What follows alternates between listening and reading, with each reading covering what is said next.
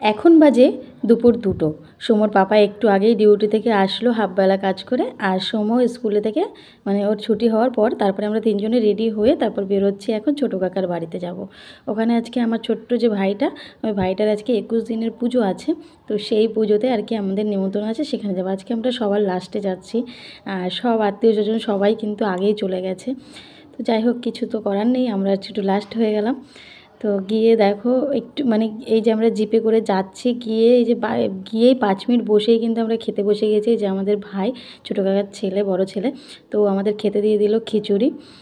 আর এটা হচ্ছে তার পরের দিন সকালের ভিডিও। তো সকলকে জানাই গুড মর্নিং।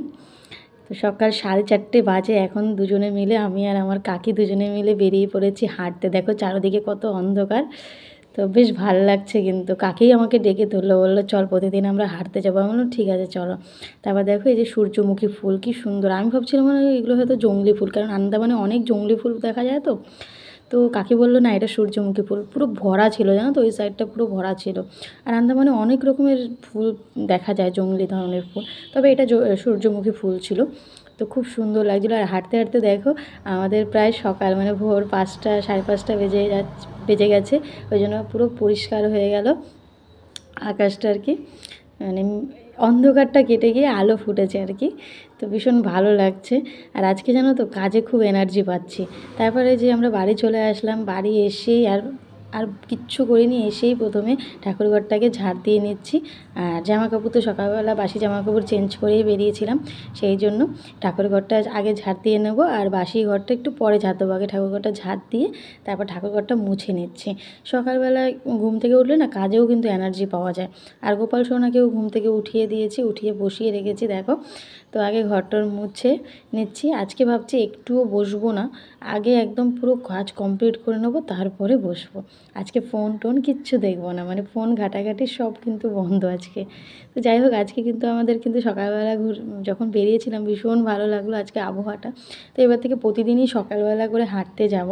সকালবেলা করে হাঁটতে গেলে কিন্তু ওই যে সকালের হাওয়াটা লাগলে কিন্তু ভীষণ ভালো হয়, আর হাঁটা তো ভালোই। আর তারপরে হচ্ছে কি আমরা তো একটু ঘুম পাগল মানুষ, তো আমাদের ঘুমটাও একটু কম হবে, সেই জন্যই কিন্তু হাঁটতে যাওয়া। তো যাই হোক, কাকির জন্যই কিন্তু আজকে হাঁটতে যেতে পারলাম, কারণ কাকি আমাকে ডেকে তুলেছে। কাকি না থাকলে আজকে যেতেই পারতাম না। তো ভীষণ ভালো লাগছে আজকের সকালটা না, ভীষণ ভীষণ ভালো লেগেছে। তো এদিকে দেখো ঘরটর মুছে নিচ্ছি, এটা ঠাকুরঘরটা আগে মুছে নিলাম তারপরে, কারণ ঠাকুরঘর দেখো পুরো পরিষ্কার হয়ে গেছে। ঠাকুরঘরটা সকাল সকাল পরিষ্কার করে নিলে কিন্তু খুব ভালো লাগে। আমি এমনিতেও সকালবেলা ঘুম থেকে উঠে আগে ঠাকুরঘরটা পরিষ্কার করে নিই, গোপালকে উঠিয়ে তারপরে গোপালকে কিছু খেতে দিয়ে তারপরে রান্নাঘরে যাই। তো আজকে ভাবলাম ঠাকুরকে আগে, এত সকালে উঠেছি যখন, তখন আগে রান্নাটা করে নিই। ঠাকুরঘরটা পরিষ্কার করে তারপর দেখো বাইরে আগের দিনের কিছু ভেজা জামাকাপড় ছিল, তো ওই জামাকাপড়গুলো সব মেলে দিলাম, মেলে দিয়ে তারপরে চলে আসলাম রান্না করতে। এদিকে ভাত হয়ে গেছে, এদিকে দেখো পাঁপড় ভেজে নিচ্ছি। পাঁপড় থাকলে না ডাল ভাত খেতে, আমি ডাল অতটা পছন্দ করি না, কিন্তু আমার বর খুব ভালোবাসে ডাল খেতে। ওই ডালের সঙ্গে একটু আলু ভাজা বা আলু সিদ্ধ দিলেও খুব পছন্দ করে। তো সেই জন্য আমি একটু পাঁপড় ভেজে নিচ্ছি। আমার পাঁপড় হলে ডাল ভাত খেতে একটু মানে ভালো লাগে আর কি। তো যাই হোক, এদিকে দেখো ডালটা তো সেদ্ধ করেই নিয়েছি, ফুটে গেছে। আর এদিকে ফোড়ন দিয়ে দিলাম, ফোড়নটা বানিয়ে রাখলাম। তারপর দেখো এর মধ্যে আমার সমর পাপা নিয়ে আসলো একটুখানি বিস্কিট, ছিল না ঘরে, আর সমর দুধ ছিল না। সব যে বাজার করেছিলাম, তো বাজার দুধ আর বিস্কিটে শেষ হয়ে গেছে, সেই জন্য আর কি নিয়ে আসলো বিস্কিট আর দুধ।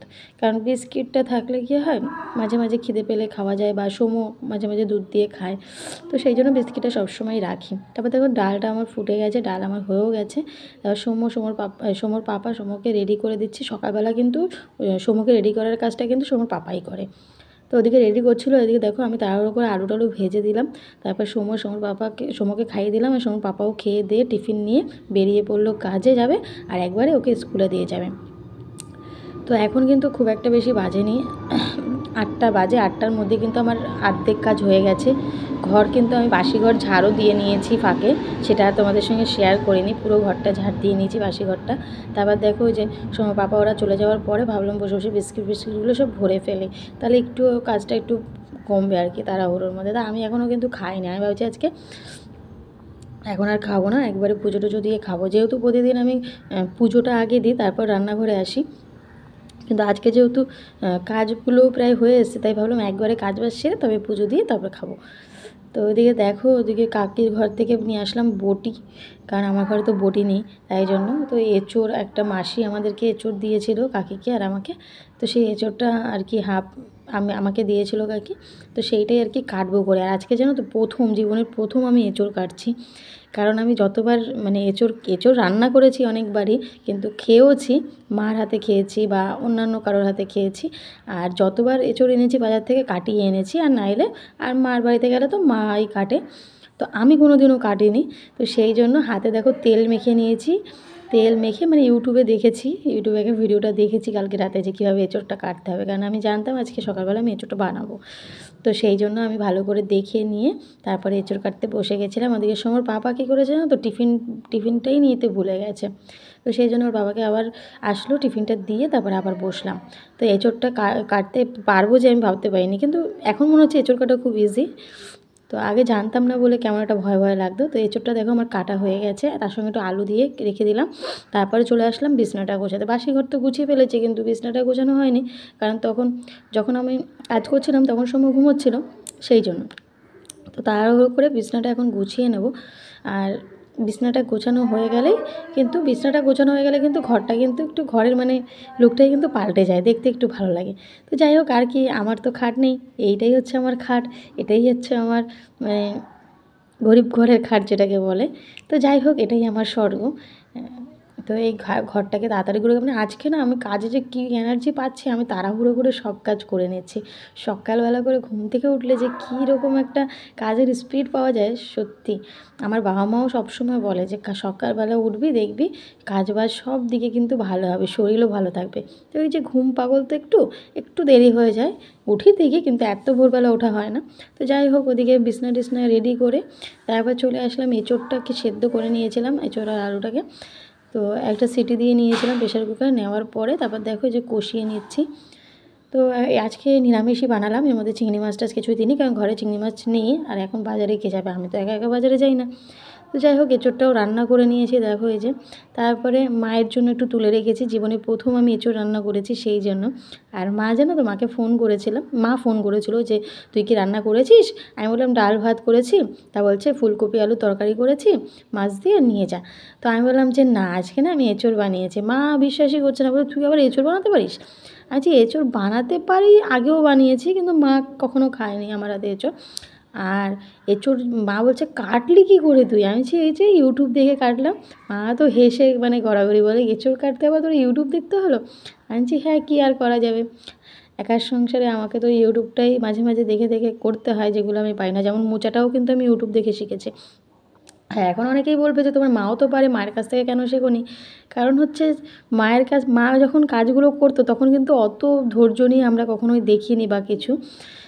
মায়ের বাপের বাড়ি থাকলে কিন্তু অত কাজবাজে মন থাকে না। এখন যেহেতু নিজের সংসারে আছি, তাই জন্য কিন্তু সবটাই নিজেকে করতে হয়, তাই জন্য একটু চেষ্টাটাও বেড়ে গেছে। যাই হোক, এদিকে দেখো স্নান টান করে চলে এসেছি। ঘর মুছে ফেলেছিলাম, ঘরটার মুছে টুছে। আর এক গাদা জামা কাপড়ও কেচেছি, সেগুলোও তোমাদের সঙ্গে শেয়ার করিনি, কারণ সব কাজ যদি শেয়ার করি একই দিনে, তাহলে কিন্তু তোমাদের ভালো লাগবে না। একটু ঘুরিয়ে ফিরিয়ে শেয়ার করলে তবেই তো তোমাদের ভালো লাগবে দেখতে, তাই না? তো যাই হোক, এদিকে দেখো আমার গোপাল সোনাকে স্নান টান করিয়ে দিয়েছি। স্নান করিয়ে তারপরে এই যে সুন্দর জামাটা পরে দিয়েছি। আর আমার গোপাল কিন্তু সুতির জামা পরতে বেশি ভালোবাসে, ওর গরম লাগে তো, সেই জন্য। আর আমাদের আন্দামানে কিন্তু কখনোই শীত টিত পড়ে না, এই মানে না শীত না গরম, এরকমই থাকে। তো সেই জন্য কিন্তু আমাকে একদিন এই আন্দামানে এসে ওকে যখন আমি ওই ভারী ভারী ড্রেসগুলো পরাতাম, হঠাৎ করেই একদিন স্বপ্নে দেখালো ওর ওই ড্রেসগুলো পরতে ভালো লাগে না, ও সুতির ড্রেস পরতে চায়। সেই দিন থেকে কিন্তু আমি বেশিরভাগ সময় ওকে সুতির ড্রেসই পরাই, তবে মাঝে মধ্যে ভারী ড্রেসগুলোও পরাই, যখন দেখি একটু হালকা ঠান্ডা ঠান্ডা লাগছে, মানে ওয়েদার বুঝে ওকে ড্রেস পরাই। তবে সুতির ড্রেসটা আমি বেশি পরাই, কারণ গোপালের সুতির ড্রেস পরতে বেশি পছন্দ করে, যেহেতু দেখবে ছোটো বাচ্চারাও কিন্তু একটু সফট টাইপের জামাগুলো পরতে বেশি ভালোবাসে। তো সেই জন্য গোপালও তো আমাদের মানে বাচ্চা আর কি, সন্তানের মতো, সেই জন্য। আর আমি তো ওকে সন্তানের মতোই ভাবি, আমি সবসময় মনে করি আমার দুটো ছেলে। তো যাই হোক, গোপালকে দিকে দেখো তোমাদের সাথে কথা বলতে বলতে ওকে আমি ড্রেস পরিয়ে দিচ্ছি, ওকে রেডি করিয়ে দিচ্ছি। আর গোপালকে কিন্তু আমি খুব একটা বেশি সাজুগুজু করাই না, কারণ ওর গলায় তো সবসময় একটা চেন থাকে, আর কানেও কানের থাকে, তাই জন্য ওকে খুব একটা সাজানোর প্রয়োজন হয় না, আর কপালে টিপও থাকে। তো যাই হোক, ওকে বলতে বলতে রেডি হয়ে গেছে। কোনো অনুষ্ঠান থাকলে, অকেশন থাকলে তখন কিন্তু ওকে কিন্তু গয়নাগাটি একটু বেশি করে পরাই, নাহলে ওকে একটু সিম্পল রাখারই চেষ্টা করি। ওই যে বললাম ছোটো বাচ্চারা যেরকম সিম্পল থাকতে ভালোবাসে, ওকেও কিন্তু সেইভাবেই রাখি। আর জানো তো, সোমকে পাওয়া কিন্তু আমার এই গোপালের জন্যই।